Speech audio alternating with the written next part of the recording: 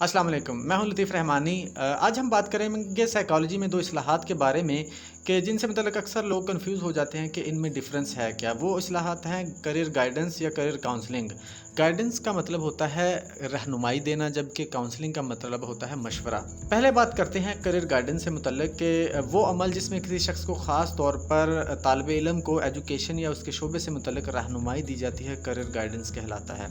Career guidance एक माहिर या कोई भी शख्स जो आपसे उम्र में या तजर्बे में बड़ा है वो दे सकता है। इसमें रहनुमाई देने वाले का माहिर या प्रोफेशनल होना ज़रूरी नहीं होता, बल्कि वो अपने इल्म और तजर्बे की बिना पर रहनुमाई दे सकता है।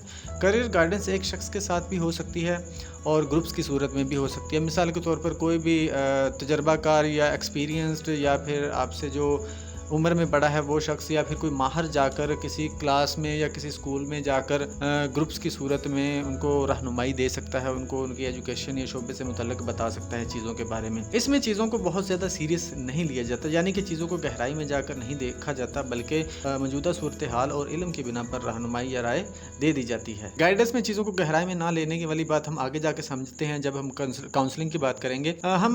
इसका मकसद सिर्फ रहनुमाई देना होता है, यानी कि एक एक्सटर्नल अप्रोच होती है, ज़्यादा गहराई में नहीं जाया जाता। अब अगर बात करें करियर काउंसलिंग की, तो वो अमल जिसमें किसी तालिबे इल्म की उसकी एजुकेशन या करियर से मुतल्लिक या शोबे से मुतल्लिक प्रॉब्लम को हल किया जाता है, करियर काउंसलिंग कहलाता है। करियर काउंसलिंग की ख़ास बात यह है कि ये सिर्फ एक माहिर ही कर सकता है, जबकि गाइडेंस आपको कोई भी दे सकता है। करियर काउंसलिंग सिर्फ आपको एक जो प्रोफेशनल होगा, एक स्पेशलिस्ट होगा या एक माहिर होगा वही दे सकता है। कोई भी आपका तजर्बे में या उम्र से बड़ा आपको काउंसलिंग नहीं दे सकता, वो गाइडेंस दे सकता है। करियर गाइडेंस अकेले और ग्रुप दोनों सूरतों में हो सकती है, जबकि करियर काउंसलिंग सिर्फ 1 to 1 होती है, यानी कि ये ग्रुप में नहीं हो सकती। इसकी वजह क्या है वो हम देखते हैं। करियर काउंसलिंग में चीज़ों को गहराई में जाकर देखा जाता है, यानी कि मसले की जड़ को पकड़ा जाता है, और यही वजह है कि ये 1 to 1 होती है, ताकि प्रॉब्लम को गहराई में जाकर देखा जाए और उसका हल तलाश किया जाए। यानी कि जब 1 to 1 रिलेशन क्रिएट होता है तो बहुत सी चीज़ें डिस्कस होती हैं, बहुत से मामला डिस्कस होते हैं और चीज़ों को गहराई में जाकर और उसकी रूट काज को पकड़ा जाता है और उसका हल तलाश किया जाता है। इसके लिए जो माहिर करियर काउंसलिंग होता है वो फ़र्द के इंटरव्यू के साथ साथ कुछ टेस्ट भी लेता है, कुछ एक्टिविटीज़ भी करवाता है जो दुरुस्त हल निकालने में बहुत मददगार होता है। जबकि करियर गाइडेंस देने वाले का माहिर होना ज़रूरी नहीं है, इसलिए वो सब काम नहीं करता।